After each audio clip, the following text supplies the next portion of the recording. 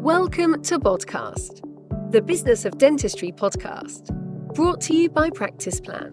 Podcast delivers the best business advice, real-life stories, and practical hints and tips to make your practice a more profitable and sustainable business.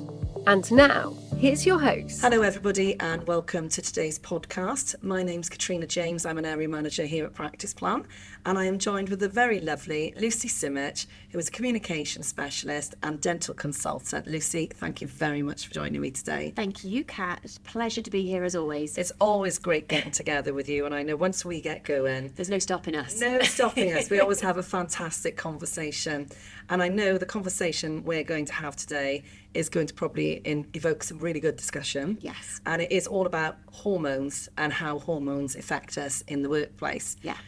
Being a woman of a certain age and going through very certain things at the moment, I very much relate to this podcast, and I'm really interested to do it with you and learn more about your perspective and learn what you have to say about the subject. So let's find out a little bit more then, Lucie. What are hormones? What are these little beasties that run around causing chaos in our bodies? Well, it's really interesting, isn't it? Because obviously this is not new anything. You know, women have been going through hormonal fluctuations, changes from the moment that they start that kind of cycle. And I think it's just that we have got better at understanding it and recognizing actually the impact that it does have on us. Yeah. And I think to some degree, there's a bit more freedom around us being able to say, yeah, you know what? Hormones fluctuate and they do have an effect. Yeah. And that's not a kind of a sweeping statement that you say it's the excuse for this or for that, but it is very much a case of us saying they're very present and it happens. We're dealing with it from the moment that we start that cycle all the way through, which actually means from a business point of view, especially in a very female orientated dentistry for the team, it means that's really important that we do recognise that people are going through these things. Yeah. And I think, we're hearing a lot more about it now. It's a much more open discussion. It is. I will use the M word. Yes, please menopause. Do. It is something that once upon a time was taboo. Absolutely. Nobody just sucked it up and got on with it. Yeah. But now we're much more open and very much more vocal about it, aren't we? Absolutely. And I think what's really interesting is if I think about kind of generationally, my grandmother wouldn't have talked about it. My mother didn't talk about it. And so I am very much the first generation coming through in that kind of I'm talking about it. Yeah. So for me, it's perimenopause. And it is very, very evident. And what I get hit with a lot is people saying, no way, you're too young for that. And I kind of go, actually, no. The more I read into it, the more I listen to podcasts around it, the more I understand my own body, the more I realise actually it's something that we're all going through because our hormones fluctuate throughout all of our life. Yeah. And actually, I have reached a point in my life where that has changed. And I think for a long time, I thought I was potentially going through something very kind of singularly, that it was me. There was something wrong with me.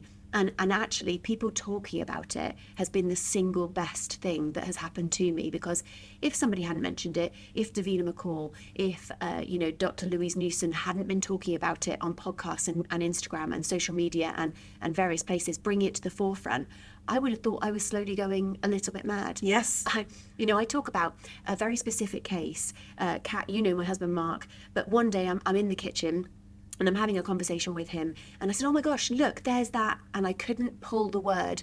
And in the end, I did a hand signal and I called it a tree tapper. And he looked at me like I was mad and went, do you mean a woodpecker? And I was like, yes, a woodpecker.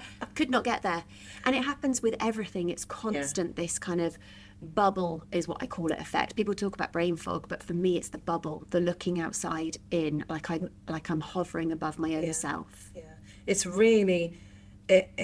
It's quite upsetting when you're going through that as an individual, isn't it? And I can relate completely to what you say when it comes to the word bank. Yeah. They just seem to be locked in a vault, and quite often I can't open the door and access what I need to get. But, we talk about these hormones and we're trying to get on with our day-to-day life thinking that we are losing the plot. Yes. And this has an impact, it does. Not just at home, but at work. Yeah. So how do they affect you day to day, in the workplace? Then? Absolutely. So the first thing is dental shifts are very long. They tend to be really long, especially that morning shift. And I think, some practices are open at 8, 7:30, 8 o'clock in the morning, all the way through to lunchtime. Yeah. Quite often we overrun into lunch, as we like to do in dentistry a little too often. And that is a very long session for somebody who is potentially in the middle of something. If I think about, that menopausal, perimenopausal type thing, we've got hot flushes, we've got brain fog, we've got anxiety, palpitations, things that are actually physical symptoms manifesting. I have stood there and not in surgery because I'm not clinical, but I have been there with that cold sweat that comes over you thinking, I just need a moment and I need some fresh air. And it's a real moment. And imagine you are chairside assisting in that moment. You do need to step out. Imagine for a second, to take it to a certain kind of a certainly different side of hormones, menstrual cycles. We're dealing with lots more people who are suffering endometriosis, PCOS, all of these kind of cycle fluctuations, which mean that sometimes really heavy periods is a really common symptom for lots of people.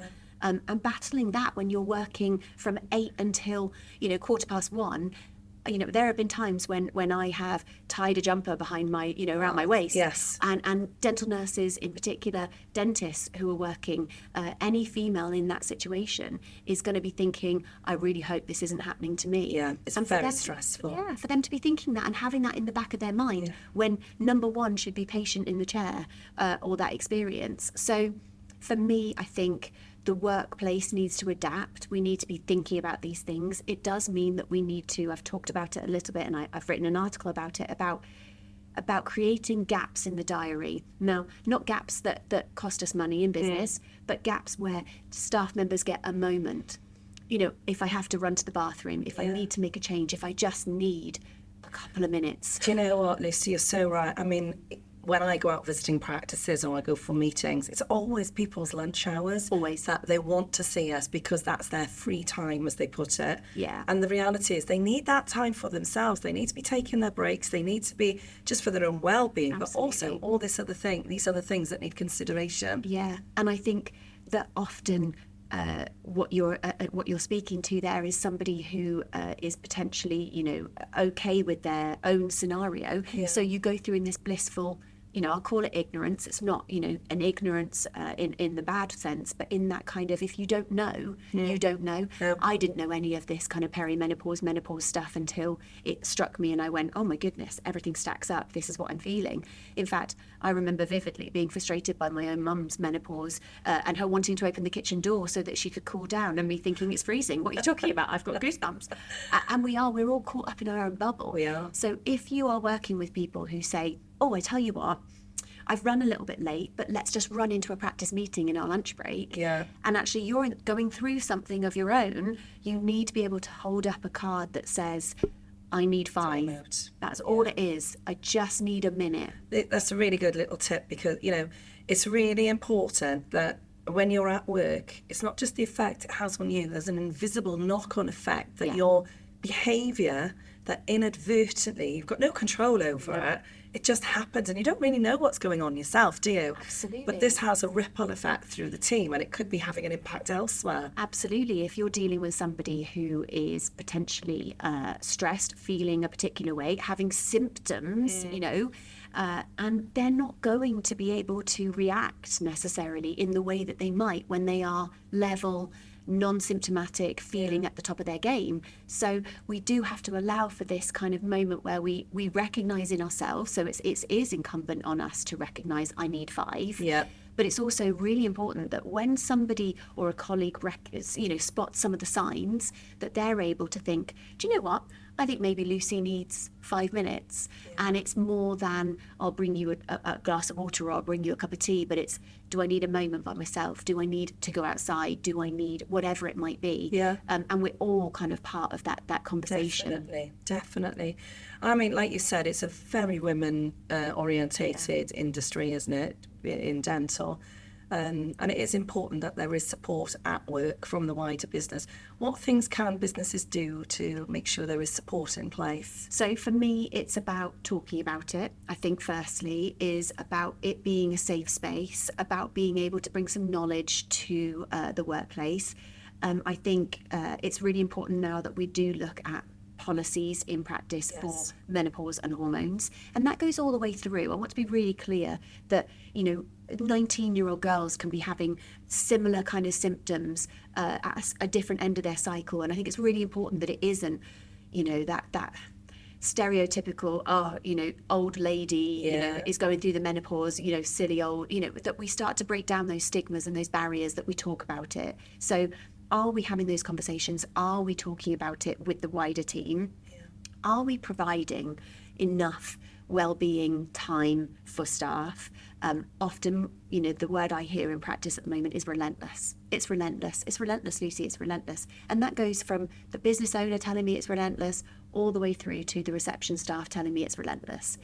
And we have to break that cycle. We have to allow some space and some time. And I think there is no surprise that in specifically dental nursing, that we see dental nurses move out of surgery into front of house or other roles because they need to be able to have that break from the relentless back-to-back appointments. And there's only one way that we're going to make a change, and that is by making it not relentless, by factoring in those breaks. And I can't be more kind of clear about the fact that that doesn't have to hit your bottom line as long as we factor it in. Plan it all ahead. Yeah. So it isn't a 5-minute break. We did it during furlough. We were doing it and we were watching it. Now, yes, it had a difference, and it did make a difference. We saw less patients.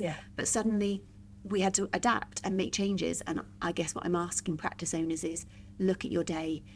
Think about, is it a long day? Some of the best practices I work with will have a break at 11 o'clock where it's just a quick, everybody gets a moment, there's a breather for everyone, a cup of coffee, a quick kind of biscuit. Because for me, I don't know about anyone else, but I am not diabetic, but I definitely get a blood sugar low. There's a definite moment where I start to kind of shake a little and feel a little bit unsteady. And no surprise, you've been on your feet. Grab a biscuit, have an apple, a banana, a yogurt, whatever it might be, and then we get on with our day. Really good, really, really good sound advice there, Lucy. So just before we sort of wrap this up, I mean, I think we could talk forever on this, because, I mean, if I start going on about ailments and all the other things that go with it, because it does affect everything, your performance, it affects your capabilities. And, you can go down that route of kind of like, do I need to performance manage this person because they're not on point doing what they should be doing? And people just need to be sympathetic to this, don't they, and understand what happens. So I think, something that I'm really passionate and proud to kind of champion is that be curious with your team members. Be interested in them. And I think this is part of the conversation now. So not only do I need to know what motivates my team, but I also need to be able to recognise that some staff members are going to feel this way. Now, for me, I noticed it with confidence. My confidence hit the floor. I had the chimp on my shoulder saying, you're no good at this. This is this and this.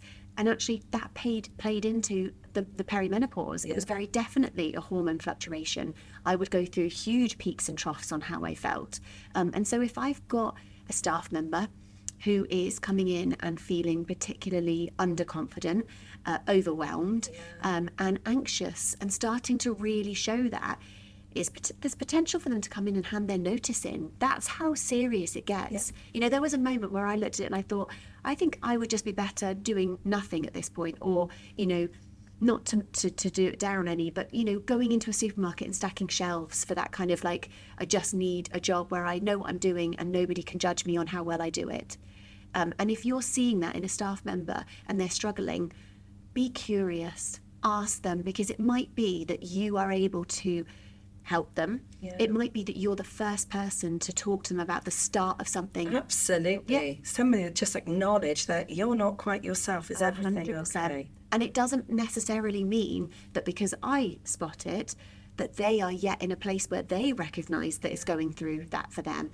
And you have that conversation, and you spark that conversation, and suddenly they go, do you know what? My partner's been saying similar, my kids have been saying this has been happening. And the same goes down the end of the scale. are we talking to our younger staff members? I'm noticing lots of trips, or I'm noticing this, or you're feeling, are you okay? Are they anxious? Are they concerned about, whether they are presenting themselves in a clean and kind of professional way? Spot those little signs and be curious. Fantastic. Lucie, as always, it's just wonderful sitting, catching up with you and talking about all the burning issues.